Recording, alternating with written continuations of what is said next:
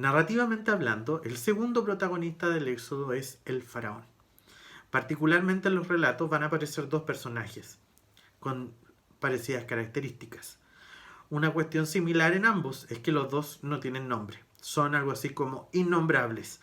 Y esto se debe por el hecho de que sus historias fueron tan complejas con el pueblo de Israel de que el escritor bíblico no reserva ni los nombres de ellos para no recordarlos. Literalmente esta historia se está escribiendo en un contexto donde ambas figuras representan poderes opuestos. Está la lucha entre el poder de Dios, representado en Moisés, y el pueblo de Dios, y está la lucha de estos faraones que aparecen en el relato, que vienen a presentar y simbolizar los miedos, los aprobios, la esclavitud del pueblo de Israel. El primer faraón que aparece en el texto es un faraón bien particular porque tiene miedo. ¿Miedo de qué? El capítulo 1 va a presentar que los israelitas eran un pueblo muy numeroso en ese momento de la historia. Esto significaba una amenaza para el faraón. Y la amenaza era que podía venir otro pueblo a invadirlos y ellos se podían hacer aliados de ellos y podían ganarles. La respuesta a este miedo fue incluir en la vida de los israelitas la esclavitud. Sin darse cuenta pasaron los años y el pueblo de Israel se convirtió en un pueblo esclavo. Y bajo ese escenario aparece la figura del segundo faraón, que a diferencia del primero, de alivianar las cargas del pueblo, que podía haberlo realizado, el segundo sigue incorporando elementos que hacen al pueblo sentir de que esto que están viviendo es un castigo. Y el castigo era literalmente vivir la experiencia de la esclavitud. El faraón número 2 no quiere escuchar la voz de Dios. Su corazón es duro, dice el texto bíblico, a tal punto de que se escucha a sí mismo y en su terquedad comete muchos errores. Ante esto, lo único que funciona para él como algo positivo es el hecho de incrementar una y otra vez la carga del pueblo hasta transformarlo en un pueblo esclavo.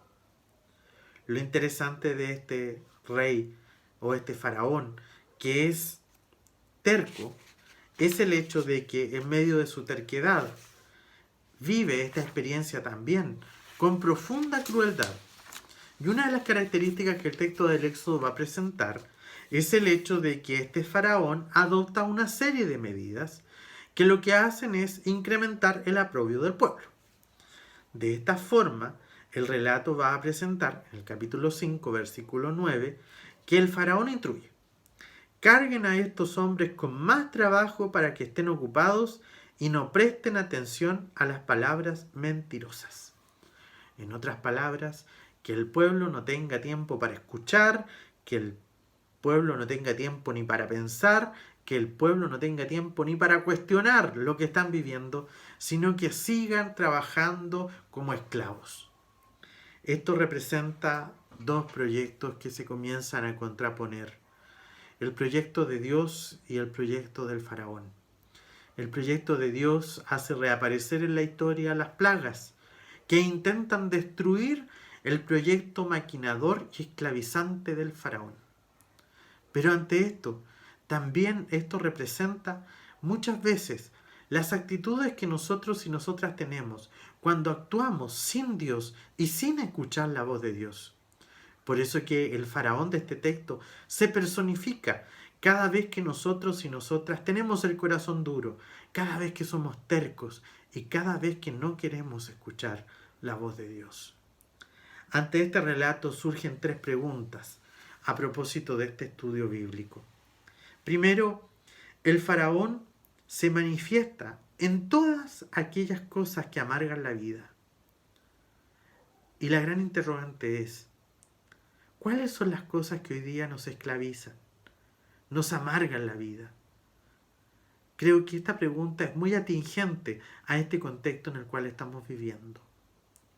Lo segundo, la terquedad y la porfía del faraón para seguir adelante cueste lo que cueste, para mantener sus ideas tal cual como él las dispone, sin poner atención a la voz de Dios.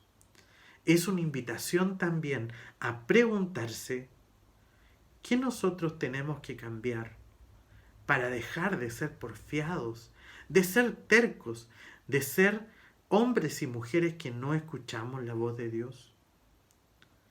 Y por último, ¿cuáles son las cosas que no nos permiten pensar? ¿No será que somos esclavos de los problemas, esclavos de las dificultades, esclavos de las deudas, esclavos de los problemas de otros, esclavos y esclavas de diferentes cuestiones que no nos dejan pensar?